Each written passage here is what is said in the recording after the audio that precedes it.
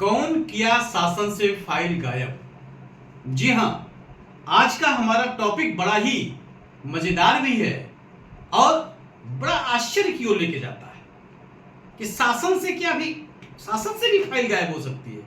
जी हां, शासन से भी फाइल गायब होती नहीं है, शासन से फाइल गायब हुई है। आइए पूरे प्रकरण की तरफ आपको लेके चलते हैं। मामला कहीं और का नहीं, मामला उत्तर प्रदेश ग्रामीण सफाई कर्मचारी संघ के प्रदेश अध्यक्ष के चुनाव को लेकर है। पंचायती राज विभाग का मामला है। 4 अलग अलग लोगों ने अपने अपने स्तर से अपने को प्रदेश अध्यक्ष घोषित कर लिया। इस पे जांच बैठी।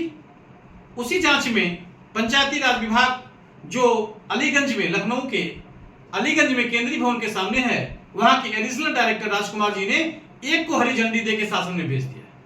उनको 3 से नहीं मतलब था, एक को न जाने किस आधार पे हरी झंडी देके भेज दिया। और शासन में क्या हुआ, 22 जुलाई 2024 को, ये देखिए मैं आपको पत्र भी दिखाऊं, ये विशेष सचिव पंचायती राज अमनदीप डोली जो विशेष सचिव पंचायती राज हैं, प्रॉपर आईएएस, उनको मैंने 22 जुलाई 2024 को ये दिया एप्लीकेशन संलग्नक के साथ।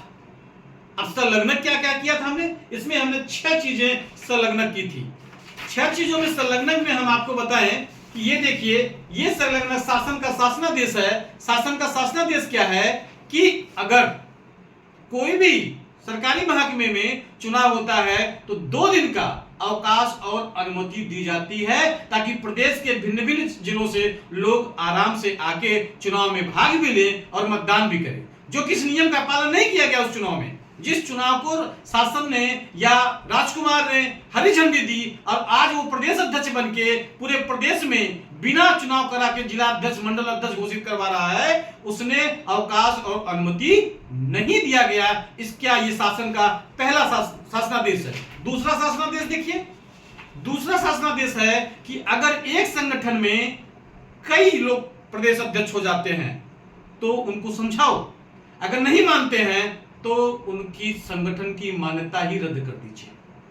आश्चर्य देखिए, ये डोली जी को हमने दिया कि सर ये हम आपको वो सारे बिंदु दे रहे हैं जिसमें वो चारों चुनाव अवैध है। बात आती है हम पक्ष किसका ले रहे हैं, हम उन लोगों का पक्ष ले रहे हैं जिन लोगों को पता ही नहीं चला कि चुनाव कब हुआ, कैसे हुआ, कौन कराया और किसके नेतृत्व में हुआ। ये देखिए ये लोग क्या दिए हैं, नोटरी दिए हैं। कौन है, संजय कुमार सिंह। ये कौन है, ये देखिए मुकेश कुमार। ये सब नोटरी है। देखिए ये कौन है, इनका नाम संजय कुमार तिवारी है। इसके बाद देखिए सब नोटरी लगी हुई है। ये कौन है, आशीष झा जी हैं। ये सारे जो आपके पास मैं आपको दिखा रहा हूं, इन लोगों ने बताया कि हमें सूचना ही नहीं मिली कि कब, कहां और किस स्तर पे चुनाव हुआ। अब देखिए मजेदार कहानी, जो मैंने कहा कि शासन से फाइल गायब हुई, ये जो 22 जुलाई वाला मेन जो मेरा थी मैं बोलने का, 22 जुलाई 2024 को अमनदीप डोली, प्रॉपर आईएएस, विशेष सचिव पंचायती राज को मैंने सारे डॉक्यूमेंट के साथ, सारे साक्ष्यों के साथ एप्लीकेशन दिया। और वो एप्लीकेशन उन्होंने 22 जुलाई को मैंने उनको दिया और उन्होंने जांच के लिए 23 जुलाई को ही उसको रिफर कर दिया अपने यहां से सीधे जेएस के पास। ज्वाइंट सेक्रेटरी उनकी जो पीएस है, 2 महीने तक मेरा फाइल पता ही नहीं चला। एप्लीकेशन के साथ जो 6 संलग्नक मैंने किया था, 2 महीने तक पता ही नहीं चला कि मेरा एप्लीकेशन गया कहां। बाद में जब दबाव बनाया गया मेरे द्वारा, तो एक दिन क्या हुआ, अभी रिसेंटली 1 हफ्ता पहले अमनदीप डोली जी की जो पीएस है किरण वर्मा जी का फोन आया कि सर धर्मेंद्र जी, हमारे यहां से जो आपने 22 जुलाई को एप्लीकेशन डोली जी को दिया था, वो 23 जुलाई को हमारे यहां से जा चुका है, वो हमारे पास रिकॉर्ड में है। अब देखें, उन्होंने बताया कि हमारे यहां 23 तारीख को जा चुका है। और आपको बताऊं सिस्टम क्या है शासन में, अमनदीप डोली जी के यहां से जाएगा जेएस के पास, ज्वाइंट सेक्रेटरी जयप्रकाश पांडे जी के पास, और ज्वाइंट सेक्रेटरी जयप्रकाश पांडे जी क्या करते हैं कि जो फाइलें जहां से आती हैं वो संबंधित विभाग को भेज देते हैं। इस प्रकरण को लेकर जब जयप्रकाश पांडे जी जो ज्वाइंट सेक्रेटरी है उनसे मेरी बात हुई, तो उन्होंने कहा कि धर्मेंद्र जी, हमारे यहाँ जो भी फाइल ऑनलाइन या ऑफलाइन आती है, मैं करंट डेट में ही उसको संबंधित सेक्शन को भिजवा देता हूं। अब देखिए, इधर अमनदीप डोली जी के यहां से फाइल कंफर्म हो गया कि 23 तारीख को पांडे जी के पास जाती है, और पांडे जी कहते हैं कि करंट डेट में ही हम ऑनलाइन ऑफलाइन सारे को भेज देते हैं। अब बात आती है पंचायती राज में सेक्शन विभाग में, जिसके इंचार्ज कौन है? सेक्शन ऑफिसर है मिस्टर सत्यप्रकाश तिवारी जी। सत्यप्रकाश तिवारी जी क्या कहते हैं? सत्यप्रकाश तिवारी जी कहते हैं कि हमारे यहां कोई फाइल आपकी है ही नहीं। सत्यप्रकाश तिवारी जी कहते हैं कि हमारे यहां कोई फाइल आ ही नहीं, जो सेक्शन प्रभारी है पंचायती विभाग के। और वहां का एक आरओ है रेवेन्यू ऑफिसर बृजकिशोर यादव, वो कहता है कि हमारे पास केवल एक फाइल आई थी जिसमें प्रदेश अध्यक्ष बसंत लाल थे, हमने वही विभाग को भेज दिया। जब हमारे पास कोई एप्लीकेशन कोई और दूसरा आया नहीं तो मैं क्या करूं?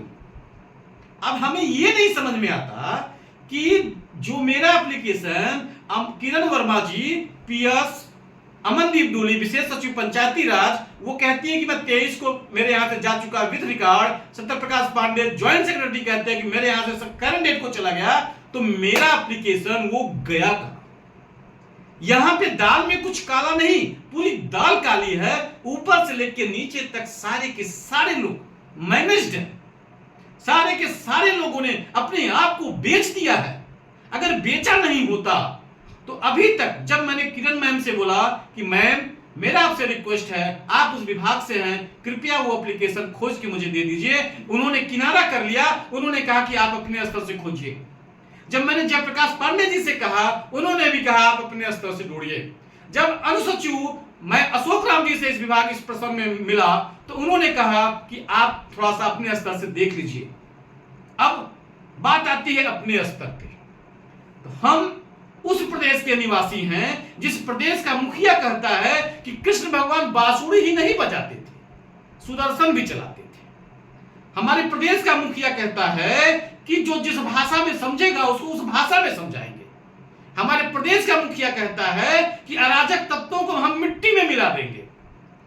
और हमारा प्रदेश का मुखिया यही नहीं, यह भी कहता है सुधर जाओ नहीं तो ऐसी जगह भेजूंगा जहां आप जाना नहीं चाहोगे। अब मुझे नहीं समझ में आता, जब हमारे मुखिया में इतनी ताकत है सब गलत के खिलाफ लड़ाई लड़ने के लिए, तो मैं क्या करूं? क्या मैं हथियार उठाऊं? क्या मैं सुदर्शन चक्र उठाऊं? या मैं हथियार उठाऊं? या उस भाषा का प्रयोग करूं? या ऐसी जगह भेजूं जो इसमें शामिल हैं लोग जहां वो जाना नहीं चाहते? मैं क्या करूं? ये मेरा उद्वेग निकल रहा है। मैं अपने दर्शकों से यह जानना चाहूंगा, इसमें कमेंट बॉक्स में लिखो कि शासन स्तर पर इतना बड़ा खेला कैसे हो गया? इस खेले का जिम्मेदार कौन है? इस खेले में जो भी जिम्मेदार है, अगर शासन स्तर पे कार्रवाई हो या ना हो, लेकिन धर्मेंद्र ये ऐलान करता है अपने मंच के माध्यम से कि धर्मेंद्र हिंद के द्वारा, ये हमारे प्रदेश के मुखिया का, जब वो सांसद हुआ करते थे गोरखपुर के, तो उन्होंने कहा था कि शासन प्रशासन हमारी बात नहीं सुनेगा तो हथियार उठाने में हमें विलंब नहीं है। तो अगर कलम का सिपाही कलम उठा सकता है, तो कलम का सिपाही कलम हाथ से हटा के हथियार उठाने में जरा सा भी देरी नहीं करेगा। मैं अपने इस मंच के माध्यम से, इस चैनल के माध्यम से अपने दर्शकों से पूछना चाहता हूं कि इसमें जिम्मेदार कौन है? इसमें हमें क्या करना चाहिए? मैंने लास्ट में जो बोला मुख्यमंत्री जी का, प्रभारी अपने मुखिया जी का, मुझे वो कौन सा रास्ता चुनना चाहिए? कमेंट बॉक्स में जरूर बताएं। जय हिंद।